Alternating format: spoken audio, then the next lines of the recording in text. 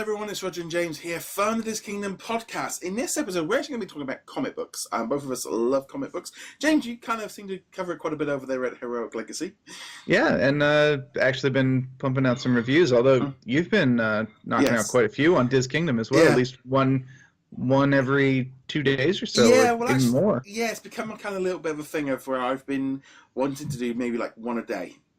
So that's kind of become my little bit of a thing.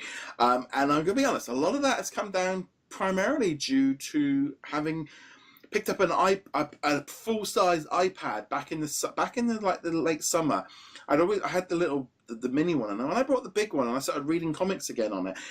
And I think having the bigger screen, it changed what how I was reading it. So this last 4 or 5 months, I've been reading comics constantly, at least once every couple of days, because I've fully gone all digital. It works great on it, and just really enjoying But again, it's very complicated. I have been reading comic books since as far back as I can remember. I used to go down to the little corner shop at the end of my street with my 20p piece, and I used to pick up the Beano and the Dandy that were held back. They used to have my name written on it that the little newsagent guy used to put back.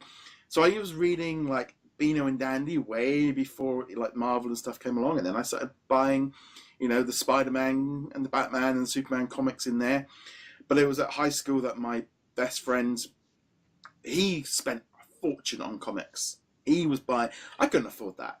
So I started reading all of his comic books. And I did that for about right through college and uni. I just read his comic books. I didn't buy any. I went to the comic book store every day for 4 years. And I flicked through them all and I read all of his comics. But I didn't buy any because it was like he had a budget way above what I was. So even as a teenager, I had that thing of it. I then kind of dropped it. I've always dropped in and out. I mean, I got a couple of long boxes up in the loft.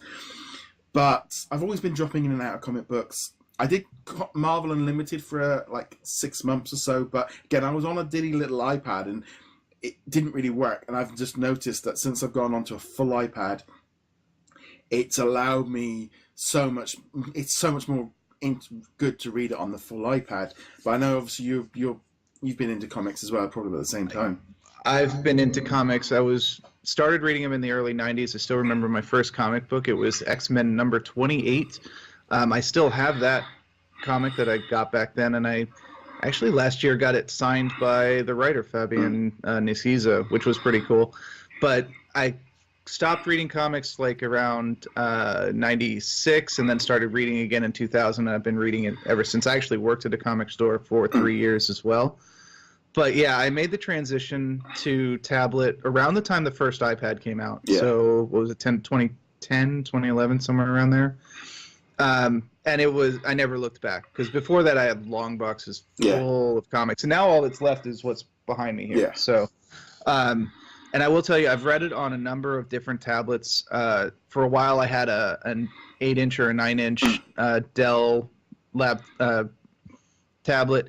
And I have to say, it's just big enough that you can read it in full screen mode, and just small enough to make you go, man, this is really annoying how small the text is. And I imagine the iPad mini is the same way. You can read it as a page, but you really need to zoom in to get... and stuff. I mean, if I've been finding with the iPad, it's full page, and if it's a wide one, you just turn that, and it's been good. But the tablet's fantastic because you can carry around literally hundreds of comics or books or movies or other things as that. And that is actually the main reason I got a tablet. People, back when I first got the iPad, they're like, why would you get an iPad? It's not productive. All it does is these silly little apps, which are, of course, huge. But I was like, no, I'm using it to read. It was my e-reader, and it was my comic reader. I'm like, I can put this in my bag, and I traveled a lot in the early 2010s for work and for whatnot, and it was just like, I've got my entire book collection in my bag. You want to do that? Good luck. So it's that kind of weird thing. I mean, I remember buying manga comic book because they brought out X-Files and Street Fighter 2. Oh, that's right, they did. Yeah. And we used to buy them as well, and So it wasn't always, and I used to love going to, because I lived on the seaside. Or the like some of the there was one of the, like a little Kiss Me Quick shop used to sell.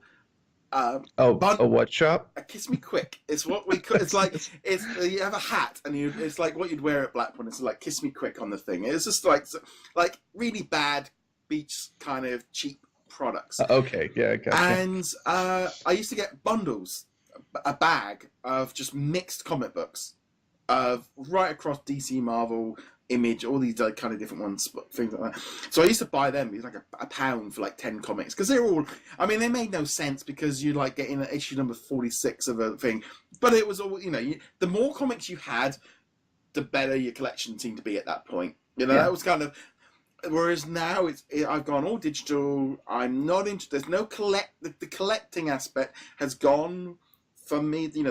I think, especially around the noughties and the end of the 90s, all the stories of all the really good expensive ones was making everyone collect everything and put them in little bags, and you put them in little you put them with the back with your cardboard, and you put them in, and specially graded, and it has to be special type of paper, and like now I literally consume them like a newspaper, where it's and I'm like you're lugging it around, moving it from place to place, and now it's literally I read it and that's it, it's done. It's like just reading, essentially just reading a website and moving along. I got to say, when I worked in the comic shop, at least once a week, more often than not, more than once a week, there would become someone who would come in and be like, I've got this collection of comics. I've had them. I've been holding on to them. They're #1 issues. They're in their bags and their boards. And like, how much is worth? And they're like, well, that box is worth like $6, so I'll give you $10. And they're like, but this is like a #1. Yeah, that's not worth squat, man. Yeah. Oh, and the death of Superman. Man, I hated the death of Superman just because everyone thought it was going to be worth something, and it was not. Yeah, I think the only one I did have that's like really valuable was like the Spider-Man 9/11 issue that I picked up. But I've that's so bad. Yeah, and I've got like I got like one special. I remember buying one box full of ones from like QVC with like I got a certificate of authenticity with like signatures and stuff on it, and it's like just it didn't work because it was so expensive and trying to do all this stuff. I mean, at one point I actually even was looking seriously into opening up like an online web store for selling comic books, until being a business person of actually looking at the numbers and speaking with Diamond and getting how much discounts, and it's like I can't buy them at the price that some of the other online sellers are selling them for. It's just like you just couldn't, and the little comic book store that I used to go in, which was a cupboard in my local city, it's like it's like that kind of thing. Like, oh, I want to have a comic book store. So it's like, and I looked, looked around some properties in my town and priced, and there's this thing of like toys and all the rest of it, and going down that line. And I was just like, this isn't going to be... I was like, nope, I'll keep the food and drink where there's a bit more money in there. This is the unfortunate truth of the current comic market, is that the specialty stores, their days are numbered. No one really wants to admit it. And there will always be some that will survive. The most entrenched ones. Mile High Comic has been like the premier mail-order comic store since like before I was born. So they're going to be around for a while.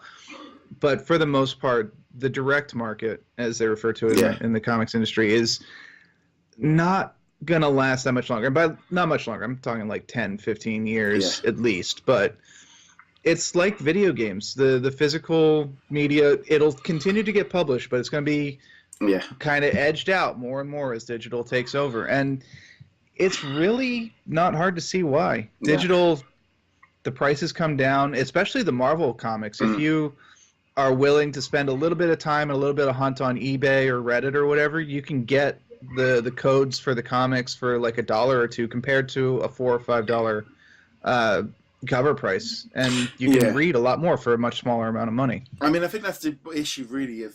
It annoys me when a comic book comes in physical format with a digital code, and it's not really any cheaper than buying it direct through Marvel. It's just the price is the same. So at which point you go, well, I might as well buy it physical and get the digital, but then you have to buy it, wait for it to turn up and all the rest of it where I can read it. Of course, then Comixology and Amazon come along and are undercutting like Marvel directly buy like £1.50 a comic book. I think they're like $2.50 on Comixology when I buy them, compared to $3.50 on Amazon. It's like what? It's like Amazon being so much cheaper than even Marvel themselves. These are for brand new comics? Because over here in the States, the price for a comic is the exact same as you would get in a store, whether it's on Amazon or Comixology, which is a Comixology. Yeah, so. It's that kind of thing of like that. I found like buying them directly from within the Marvel app on my iPad I haven't tried that. Was a lot more expensive than going through Comixology, and I'll be honest, it's that kind of thing of £2, buy it, and I buy it, on Amazon, and it's so easy. I usually just buy it on the Amazon website, I click the button, and then I go into the app, and it's already downloaded, and it's a couple of quid, and it's that thing of it's the price of a coffee. It's consumable. You heat 20 minutes, and you're sort of done, and it's that thing of it's simple, and you don't have to wait and all the rest of it. Yeah, and they are getting more and more expensive, even with cheaper prices on the apps. But as long as you're getting books that you enjoy, then generally it's worth it. Some of them, they get a little expensive, like Marvel is currently putting out the Phoenix Resurrection. I know you've been reviewing the issues. I reviewed the first issue. We had actually very different opinions on the issues too.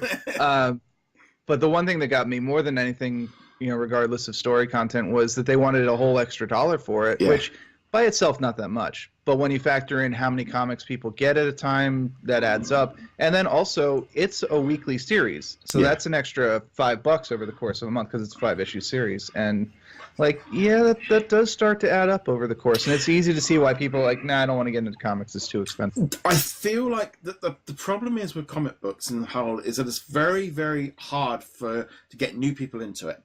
I think was it the most weekly comics, was it 500,000 copies? It's not a lot. It's not not 500,000 is comics wish they sold that much. I mean, they literally, the actual. I mean, I don't know if do they count the digital copies into the sales? No, they don't. And actually, one of the biggest complaints that people have at the moment is that the Comixology numbers, the Amazon numbers, are not included in sales. So we don't know how the digital market is doing. Because it might be 2 million people buying it digitally, and only it could be 100,000 buying the physical copy. And then there's the numbers digitally that you can't really track unless you're controlling the app, which is the Marvel Unlimited, which you alluded to before, which is just a flat monthly fee for unlimited access to this pretty big chunk of comics. But how many people are reading them? How many people are treating it like a gym membership where they pay the monthly fee but then don't actually read anything? So there's a whole bunch of numbers that we don't know anything about. Personally, for me, I do love the Marvel Unlimited. It's updated weekly with all the new Marvel stuff. It is great. For me personally, right now, with the website and doing stuff, I need to be up on what's happening today. Now. So for me, it doesn't quite work. But if I wasn't doing the website, I probably would just do the Marvel Unlimited and be done with it, because it will do everything I want on that. That's being completely transparent at the fact of if you're on a limited budget, just go unlimited. I think Comixology have an unlimited system as well. Yes, they have they have Comixology Unlimited, which includes a whole bunch of other publishers. Honestly, it's the way to go. Marvel Unlimited is great if you're going to go all in on Marvel, or if you want to read the Star Wars books or whatever. But Comixology's got a lot of the independent books, and honestly, independents have some of the best comics going on right now. Saga is fantastic. Scales and Scoundrels, stuff like that. They're really good. I'm going to pimp my site here for a second here, is that this year, one of the things I'm going to do is actually go through Marvel Unlimited and say, if you want to know, like, what's a good book to read before the New Mutants movie comes out, or the Dark Phoenix saga comes out later this year, or Avengers Infinity War, we'll get a Marvel Unlimited subscription and read these specific titles, and that'll prepare you. And that's like a feature that I'm going to be doing ongoing on Heroic Legacy. So yeah, it's that thing of, especially, they tend to look into it. It's just like, the trouble is now with the comic books is, I can see why graphic novels have become more popular, because they include everything. But it's very overwhelming when you look on the website, or you go in, or even worse, you walk into a store and you are greeted with a wall of comic books. And if you're a casual person, or you can't keep up with everything. It's actually, I think, unless I literally was along the lines of, right, I am going to have to review every single comic book, that would be the entire site. That would be all you would be able to do, because you wouldn't physically be able to get anything more done. I don't think you'd even be able to physically do it, one person a week to review. There's 50. It would be a job. Yeah, it would have to be a job. It was. There's that many, so you have to cherry pick. I mean, I'm just cherry picking like what I think are the most interesting ones of the week. I'm loving the Star Wars one, the main Star Wars line, looking at things that are number ones and things that are going to maybe have the more interesting, because Spider-Man 278 doesn't really jump out as something that can the only thing that gets you in is when it says part 1. That's why they keep rebooting the numbers, because it's easy to get people in. I read Rise of the Black Panther last night, episode, it's issue 1. It's that idea of this is what's easy to jump in on when it's a new story, because the trouble with comic books is they get way too detailed, and they make reference. I mean, we talked there about that Phoenix comic book. As someone that's just casually in it, watches the movies, watches the cartoon series, reads 1 or 2 comics maybe a month, I don't know if I'm going to get all the in jokes. And you kind of, or the in things. And it's sometimes difficult, and things go over your head. And if you just take it for what it is, it's difficult. Whereas the ones and stuff can get you in. But there is just so much. There is so much. And that's why, in general, if someone new came into the comic shop, say I was working still at the comic shop, if someone came in and said, I just watched Thor Ragnarok, and that was awesome, what should I be reading for Thor? I would not point them at current, although, granted, the current Mighty Thor series is actually really good, but I would still actually be like, all right, well, you see, this one right here is about the Executioner. That was Carl Urban's character, with the tattoo overs. This is where they pulled his scenes from. This is what you want to read for that. Here's a book about Hela. This is one of the, the fights through hell. This one's about Frog Thor, which has nothing to do with the movie, but it's actually really funny. So try this one, stuff like that. Yeah, it is that difficult thing of, at the end of the day, the movies have been massive success, and they pull on from the comic books. And I always sort of feel like if comics were to re-explode because of what happens in the movies, they would already have done so. It doesn't. The amount of fans and people that will be a Spider-Man or like Iron Man and have never read a comic book is far outnumbered the people that actually read and obviously then people then go, well, the comic book fans then go, oh, it's not like that in the comics and it's different, and there is this thing, but it is so complicated to jump into it. I mean, I look through. The trouble is now is I've started some of the books I've started is well, I actually want to finish the story because now I'm interested and now I'm in. So so the next 5 weeks I'll be reading the Dark Phoenix story, and I might not be picking up something else because you can only, again, what you can afford and what you can do, and your time can only do so much. But also you want to pick up some different stories and different things, and some books I might not pick up. I might read part 1 and part 2 and be like, nope, I won't bother with that. But because there's just way too much. Yeah, there's anybody who tries to get into even a smaller company like say Valiant or something like that. It's like, don't even bother trying to read everything. Find the characters you like, find the creators you like, and read those. Stick with those. You really liked the Deadpool movie. Read Deadpool. Read. Maybe this some of the things related. Maybe read Gwenpool, even though that's about to be canceled. Read Domino, which is going to be a new series. You'll be able to start right from the beginning with a fan favorite writer, Gail Simone. Check this one out. It's coming out. First issue, you can jump right in. Don't have to know anything. Hopefully, don't have to know anything in advance about it. Yeah, there's also different literally when this one goes up, I'm going to be reading an X-Files graphic novel coming up, and like I said, Planet of the Apes, and then I do. Obviously, for me, I'm jumping around between all the different franchises, so there are some different things like the DuckTales comic books, and and they're all aimed at different ones. Because, for example, the Forces of Destiny comic book is a completely different target audience to Star Wars, the main title. Very different. And that's not necessarily a bad thing, because I mean, to be honest, Forces of Destiny is something that you'd expect to see in a supermarket, more of mainstream kind of things. And it is very complicated, and it's quite overwhelming. And I think that's in a lot of collectible stuff. It's very easy. But now I think my mindset is flipped from the comic books being a collectible.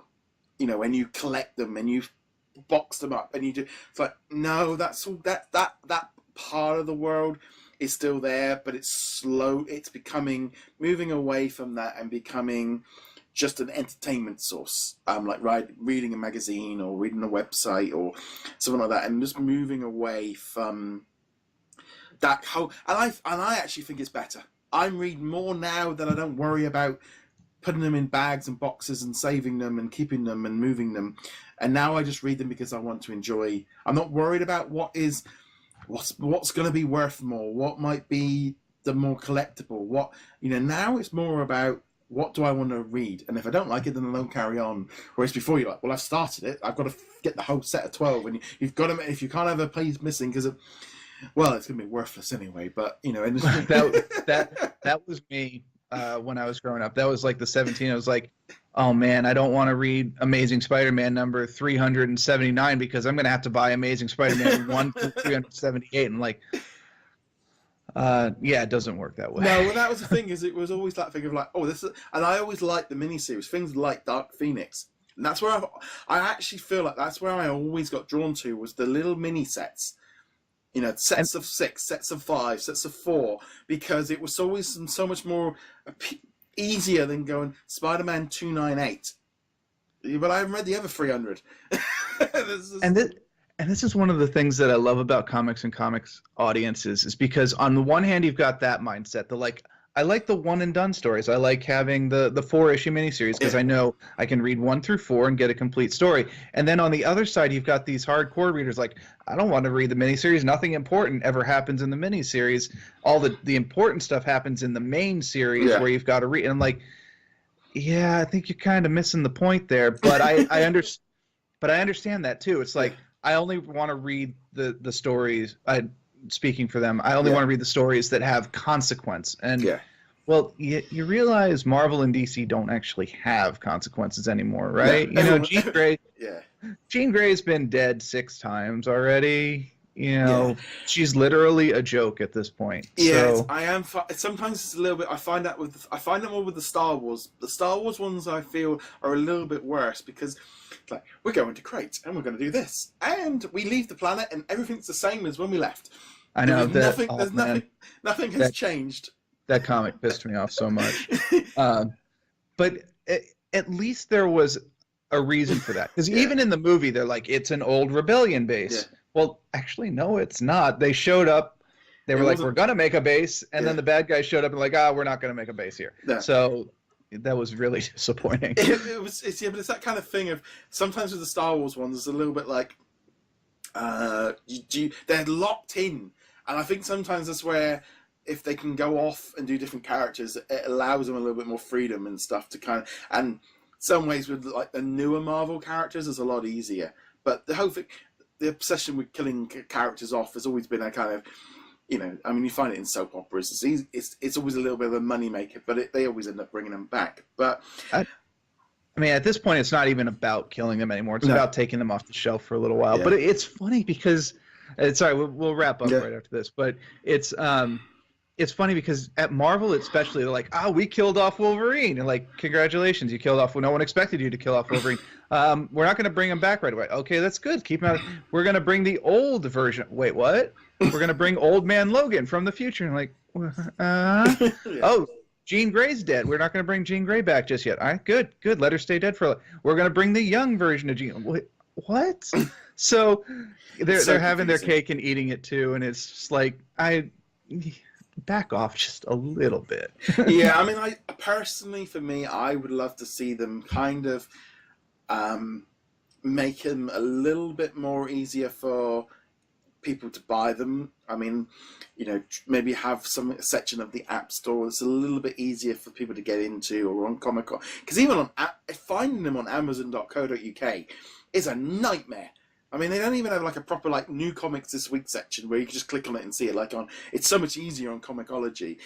But it's that situation, I think, of they really do need to sort of streamline down a bit. Like, you have one Avengers, one Spider-Man. It's like they get caught up in doing way too much because the audience are buying it. But I personally feel it probably doesn't, if you had like 15, right, we're going to have 10 comic books a week from Marvel, and that is all we are going to have, 10 a week. So that's still 40 a month. But rather than, some weeks, I mean, I go on the list like, what's new this week? And like, I'm literally copying and pasting, and I'm like, no one can do this. This is insane. Yeah.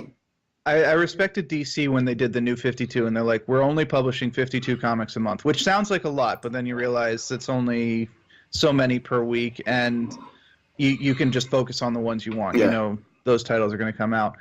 But yeah, there needs to be a consolidation. But all the companies, Marvel, DC, Image, Dark Horse, Boom, etc., they seem to be going for this, put out as many titles as you can, get as much a wide market spread as possible. But they really, I think, especially Marvel and DC, need to go and say, we are diluting our brands by having 8 different Spider books. We're having they're about to launch another X-Men book as soon as the Phoenix Resurrection miniseries goes. It's I think you would actually see better sales with a single X-Men book than you would see spread across 3, because you could just go, this is the X-Men book. Yeah. This is what you want to read if you want to read X-Men. I mean, I do find I find that same thing. It's like X-Men this and X-Men that. It's like I haven't got time, and I haven't got enough money to keep up with all of them. It's probably why I jumped in on Dark Phoenix, on the Phoenix story, was because it's like, okay, cool, I can get in and get out on this one. But yeah, it's like Spider-Man, all these different ones. It's like, just lock down and do it, but that's not going to be the way. But so I'm going to be jumping in and out of issue 1s and small series, and I might jump into the main core books as well here and there. But I'm going to be a jumper, and that's probably that's what I was doing way back, as far back as I can ever remember. Maybe that set me up as how I read my comic books. Of like, I never really ever got in, and I always did the the one-shots, the mini-stories, and random comic books was what I was doing 25 years ago, and I was doing it right through. I know even when I worked in an office, across the street was a comic book shop, which I used to go in every week and pick a couple of comic books up and sit there on my, so it's always been there for me. But I'm still doing the same thing I did now that I've done with my comic purchasing. So I'm not the best person for buying comics, but it's been something I've always been interested in. Yeah, and I hope we'll talk about them again as like major events happen. We've got the Avengers consolidation, No Surrender coming out, and stuff like that, and we could probably toss them in every once in a while on the podcast as we wait patiently for video game and Disney park news to come out. Beginning of the year doldrums. Come on. Right. On that note, guys, let us know in the comments below, what comic books are you currently reading right now? Let us know what you guys think of this one. This one went a little bit longer than we were expecting. Be sure to check us out over at DisKingdom.com. You can also check out James over at HeroicLegacy.com. So there's plenty of reviews, as we say, something that we're both kind of definitely interested in doing. And on that note, guys, thank you very much for watching. We shall see you guys soon. Later. Later.